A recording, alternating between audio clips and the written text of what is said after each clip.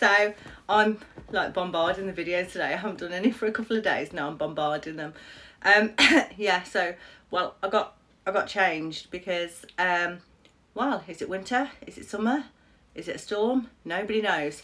So I thought do a little bit about what I don't plan to cover. Okay, what I don't plan to cover is sales forecasts. Okay, mainly because I kind of hate forecasts, you know. It's not because I hate doing the forecast, it's because of the, well, I don't know what to call it other than trauma of going through your forecast with some companies sometimes.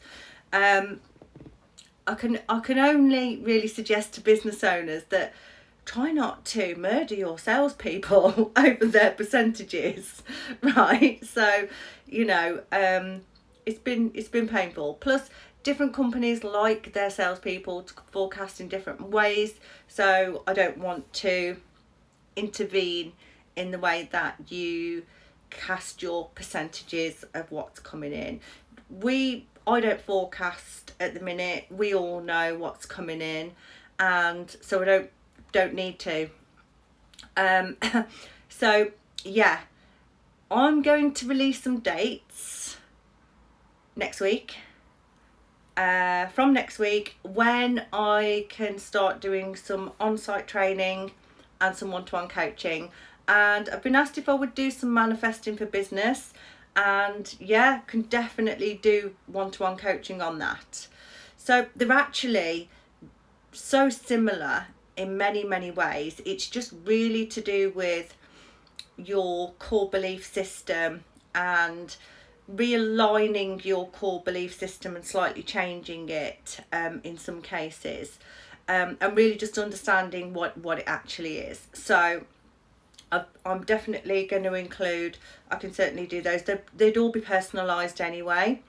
So obviously sales coaching, one-to-one coaching, and any one-to-one coaching for manifesting for business, that would be it's all personalised. It's all dependent on the person. It's all dependent on what they want to achieve anyway. So obviously salespeople, we can go into what they would like to achieve.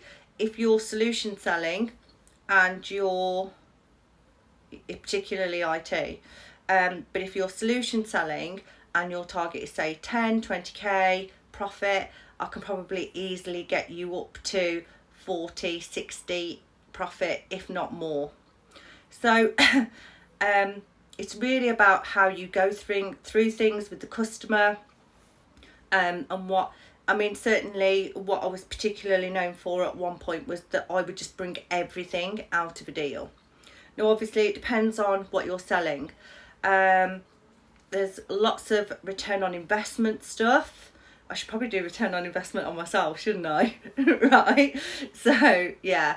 But yeah, I've got some really interesting modules. I like them to be what I think other sales trainers are not doing. I like to think that they're like our secrets of how we sell. Now, one of the things that you will always learn about me is that I can be quite a lazy salesperson, and I don't mind admitting that. Obviously I have to work hard at times, but I don't have to work hard at hitting numbers. Okay, so what does that mean? It sometimes means that I will give you quite inventive ways of selling, how I get tenders written for what I'm selling.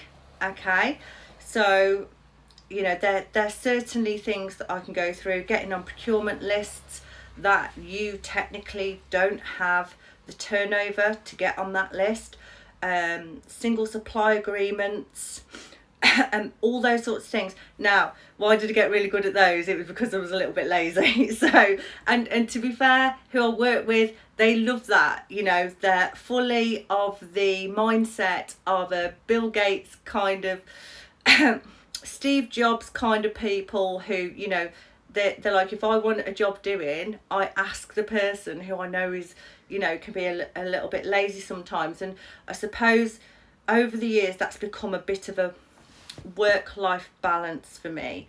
So if I can deliver really heavy high numbers, nobody's bothered what I'm doing, and it means I get to relax a bit.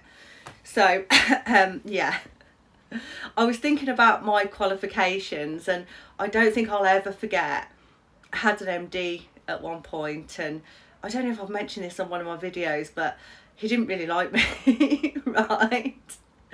And he said I was very secret squirrel about the way I sold, and which, you know, when you get paid more than some of the rest of the team, then obviously you're going to protect that. But yeah, he said, because I said, oh, well, why would you like literally headhunt me if you don't like me? And he said, because I don't like Ronaldo, but I'd have him on my football team. So that's forever going to be my qualification now of why I can coach. So I'll release some dates next week and some pricing and that sort of thing. I'm just finalising the content. I tend to present in a bit of a bullet point kind of way. That's just really to remind myself. I know that some people are not very pro bullet point, but I like it to come from a non-scripted place. As you probably noticed, my videos are not particularly scripted, so I like it to just come from a natural place that's not sounding like I'm reading from a script. Okay, so but certainly what I want to do is put all the content together for that. So bullet points are just really to remind me, but I can provide everyone with the content. And certainly I know I know that I'm actually probably only going to release 4 on-site or off-site training dates per month. So that's probably what I'm going to release. Obviously I can do plenty of lunchtimes and evenings for one-to-one coaching, unless you're taking it during your business time, and that's, you know, it's agreed, whichever. Anyway, have a nice weekend.